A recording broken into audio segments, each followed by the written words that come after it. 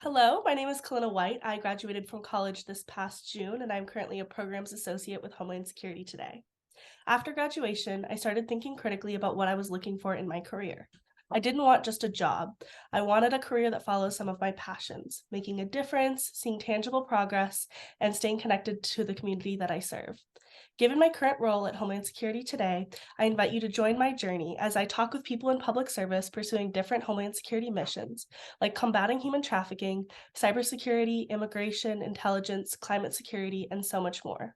These short informational interviews mirror what my fellow graduates are doing right now, learning about career opportunities by speaking with different people across different disciplines. Today, I am honored and excited to speak with the former Department of Homeland Security Secretary Elaine Duke. After 28 years serving missions across Homeland, she became Acting Secretary in July 2017. Thank you so much for speaking with me today, Secretary Duke. Thank you. And it's so good to hear about your passions, Helena. Life can be challenging in work. And so having that passion behind it will carry you through. Great. So as secretary, what was the day-to-day like? What does the Secretary of DHS actually do? So the secretary is a very outward leaning position. Most of my time was spent either at the White House on policy issues, from Afghanistan to human trafficking to how we're going to handle the hurricane season, just a multitude of issues of national significance. And when we were at those meetings, it's called the National Security Council, that was often like a cabinet level meeting where you'd have representatives from all the other departments with the different perspectives so that we made the best decision for the company, for the country. I was acting secretary during the 2017 hurricane season, which was a very dramatic one for Puerto Rico, Florida, Texas. I spent a lot of time on the road. I would travel at least 2 to 3 days a week, mostly day trips because the logistics are challenging for a secretary, but long days with traveling, a lot of meet and greets, a lot of big meetings, a very hard thing for me actually to do. And the most important thing I saw when I was secretary is that the adage we might have heard, it takes a village, it is so true. For every 30 minutes I was out in public, there were 10, 20 people working hours to make that happen, whether it was a speech, whether it was the logistics, whether it was security, whether it was making sure I was briefed on the right topics. It was the most amazing community experience I ever had in my career. That's awesome. So you were just kind of the face of the community. Yes, very much so, which puts a lot of weight on your shoulders because Oh they're yeah. so good. You don't want to be the weak link. Exactly. So I did notice in your bio you're referred to as acting secretary. Can you explain the difference between acting secretary and secretary? Sure. In the Department of Homeland Security, and in every department, you have political appointees and then you have career. In DHS, there's about 200 political appointees. They're appointed by the president and the administration, and they serve at his or her will. Within that 200 plus or minus in DHS, there's, I believe, 19 that requires Senate confirmation. So you're nominated by the president and you're confirmed by the full Senate. I was nominated for the deputy secretary position, and I was confirmed by the Senate for that position. When Secretary John Kelly, who was the one confirmed by the Senate for the secretary position, went up to the White House to be President Trump's chief of staff, I sat in his chair and served in that position. But since I wasn't confirmed by the Senate nor nominated by the president, I was acting. Excellent. Thank you. You have been a steadfast advocate of good government since DHS, which is only 20 years old this month. How has your work supported the greater mission of protecting the American people and our way of life? I think when I talk good government, I believe that exactly what you said, protecting the American people and our way of life has to be front and center. And I believe that there's a lot of noise in executing that mission. We see it on the televisions, we hear it on podcasts, Politics has gotten angrier over my time in government, and angry politics is noise. It's not focused at solving our problems. And our country does have problems. We still have the threat of terrorism.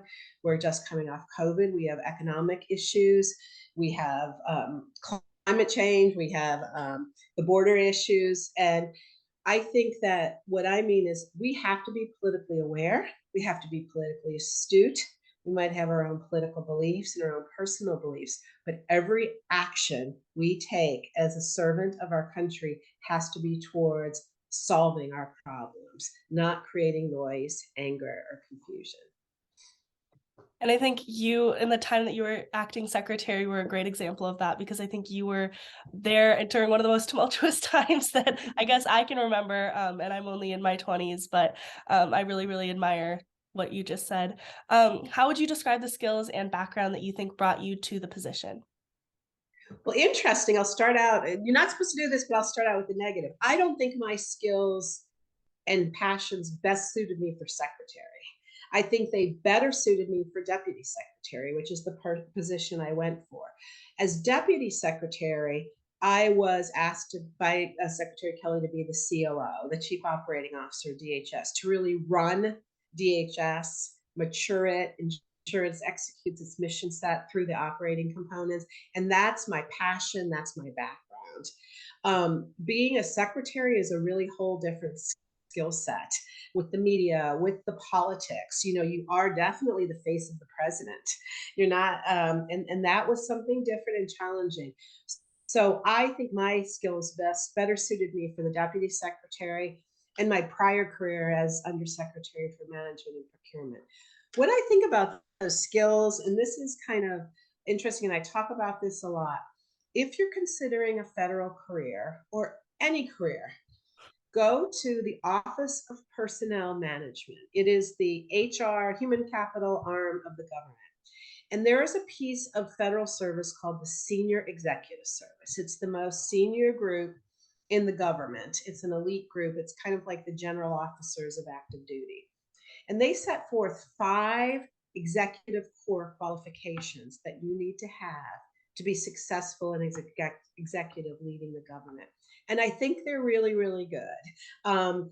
One is leading people, leading change, results driven, business acumen, and building coalitions.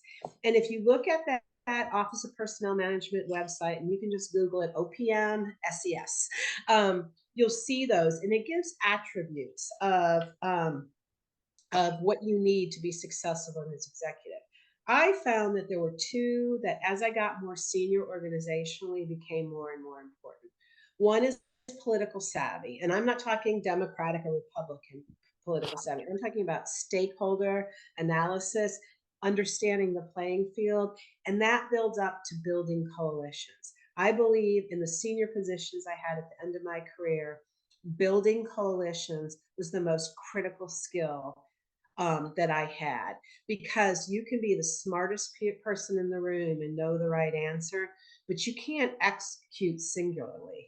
You have to have the cooperation of not only your whole Department of DHS, but Department of Defense, Department of State, the White House, the American people. And so taking your idea and being able to execute it and implement it is probably one of the more challenging skills I think I learned. And you have to be good at it. Kind of unavoidable. Well, along with that, I did notice that you got your BS in business management and you have an MBA. Can you talk about how your degrees might have influenced the skills that you used as secretary? I know that as college graduates, we're constantly like, did our degree even matter? Are we really going to use Yes and no, to be perfectly honest. I think I did not go to top tier schools at all. I went to New Hampshire College, which is now Southern New Hampshire University. I went to Chaminade University for my MBA. So I did not get the prestige of a college. So if you did not get accepted to a top tier college, unless you want to do something extremely specific, like get to a certain medical school or get to a certain law school, don't worry. Look up my colleges and you'll see there's hope. So I think they help you get in the first job. So with so many people going to college now, it puts you in the maybe pile. And so I do think that if you want, certain jobs in government, so many of your competitors will have at least a bachelor's, that it is helpful in leveling the playing ground.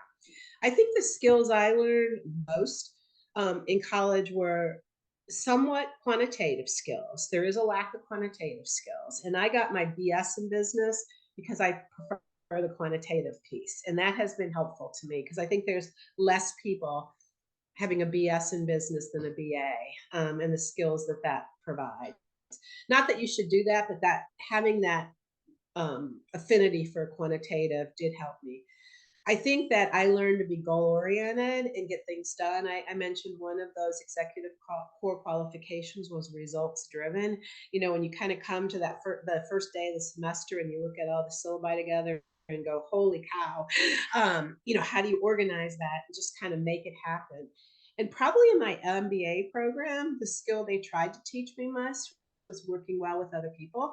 That is not one of my strengths. I prefer to do things alone. It's more efficient, but really having to gather that diverse. So much of my MBA work was in groups, really having the patience and the understanding to value the diversity of opinions and have everybody on board at the end. That was challenging and something that I started to learn and continue to learn. It sounds like it taught you some of that political savvy you were talking about needing earlier.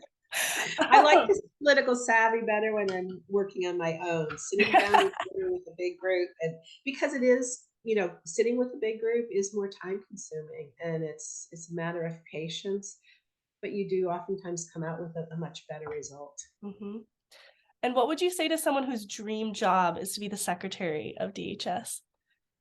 I would say start today. My job was never the secretary of be the secretary of DHS. My job was to be an executive. My job was to keep my desire was to keep growing, but I never ever in a million years thought I'd be secretary. Most people that end up in those positions, they've been extremely active with a political party. They've made huge donations. They've campaigned, and I've done none of those. What I mean by start now is you start with what's on your plate now. If your job today is well beneath your intellectual capacity, do it anyways well. If your job is scheduling, if your job is writing minutes, do it well because people will notice. And the sequence has to be do what's on your plate now, then I'm going to want to give you more.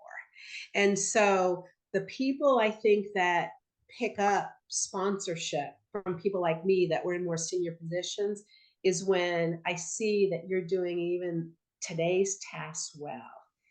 And that excites me and it wants me to help. Those that say, maybe not literally say, but show in their work, this is beneath me. I shouldn't be doing your scheduling. I should be doing your speech. It's not as compelling. So when I say start today, do what's on your plate well, continue to grow, continue to look for opportunities, and they will come. I would say have a path, but don't stick exactly to your path. Take what opportunities come along your way, because they won't be exactly how you plan it out. I would say if you're in a job that you don't like, at some point, change jobs before you get bitter. Bitter is an emotion that affects every pore of yourself. And when you become a bitter employee, you will not do well. And the organization, most people get bitter when they want to change an organization and it's not changing. And sometimes it doesn't want to change. I give the example, I worked at the Smithsonian Institution, which is probably a lot of people's dream job. I did not like it. Culturally, I wasn't aligned with it. I didn't have that mission that I could. It has a great mission, but not my mission of protecting our homeland. And I found myself not wanting to go to work, and I left because they're fine. It was me, and it wasn't me that I was wrong. It was me that I didn't fit there. Mhm. And interesting enough, I went to TSA at its stand up out of that, kind of fleeing the Smithsonian, and that led to everything we've been talking about today. So it wasn't the exact path, but I was open to it, and I knew and honored what I had. And I think that performing well, build some networks, but have meat under it. And what I mean by that, those that are just all business cards and cocktail parties, you need a little bit. You have to have the meat first, and then build relationships. You will gain, and especially if those of you listening in DC area, you will gain a professional reputation. It's really hard to get one. It's really easy to lose it. And you want it where people like me, even if I don't remember you exactly, it makes a positive emotion in my head. And that's what you have to do. Be part of the solution. That's all it is be part of the solution more often than you're part of the problem. It's really simple. Apparently for some not so simple, but that's great advice. And I do think something like advice that I've been given is it's really important to learn what you don't like just as much as learning what you do like. So even if you might not be in your dream job at the moment, knowing what you maybe don't like about that job is just as important. Exactly. And also, if I could add to that, Oh yeah. from bad supervisors too, because you will be a supervisor. If you have a poor supervisor, write down the things you would never do once you have that opportunity, because you really can learn from that. I would hate to be that supervisor that's used as the example of something to never be done, but it has I to happen. had you might know, I started out in government right out of college. I got my MBA later, so I started out right out of my BS. I was what the government calls a GS7. It's an entry level position with a degree. So it starts GS1, but if you have a degree, you generally are entry level as a GS7. I made $17,000 a year. So that's but I remember when I was a GS11, so I had gone 7, 9, 11. There was a supervisor I had he was very heavy, and if you came back from lunch late, like you could have been working 60 hours that week, but if you came back from lunch late, he was always sitting in your chair.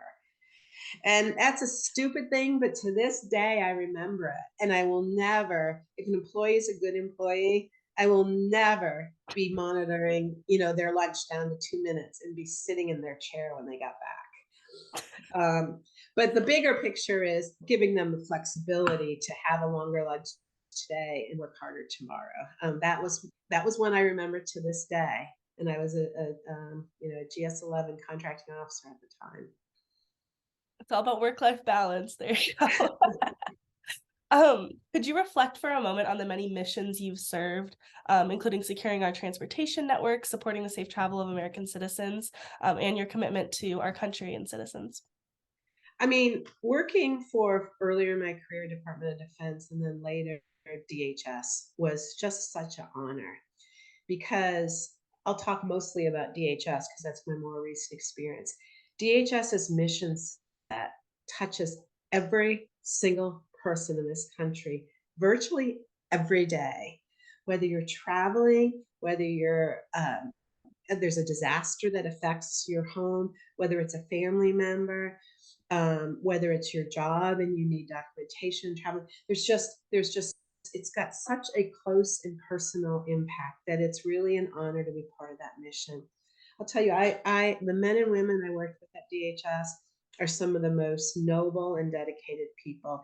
And one of the things you have to do is keep your mind on that mission, the passion, because as you started out with, the passion is doing that, is making it better today and making it better incrementally. Some big problems are hard to solve and it takes a long, long time. Focusing on what we actually accomplished, not what we didn't get a chance to do. You still always want to have your to-do list, but not get depressed with, I'm not done yet. And I think celebrating the positive has to be intrinsic, especially at DHS, because it is a little bit of a political volleyball right now. And so you have to use the men and women you work with. You have to look objectively at the results. But what is more important than allowing our country to stay economically sound through the efficient movement of goods and people allow people to travel safely, allow people to have help recovering, the safety of the seas through the Coast Guard, um, and the safety of our country through, um, ICE's human trafficking mission and Secret Services protecting our dignitaries, and also the White House. There's just so many things that are essential to our country, and it's just been an honor to be one little um, piece of the wheel. And it's such a effective mission, and I would have done nothing else but be a federal employee for the rest of my life, because it is really fascinating. And I would encourage those of you that are thinking about it to consider it. Um, get in early, I would suggest, because the compensation package for federal employees, it runs a little different. And if you are 35 and have 2 kids and a big mortgage, it's harder to transfer at those higher grades.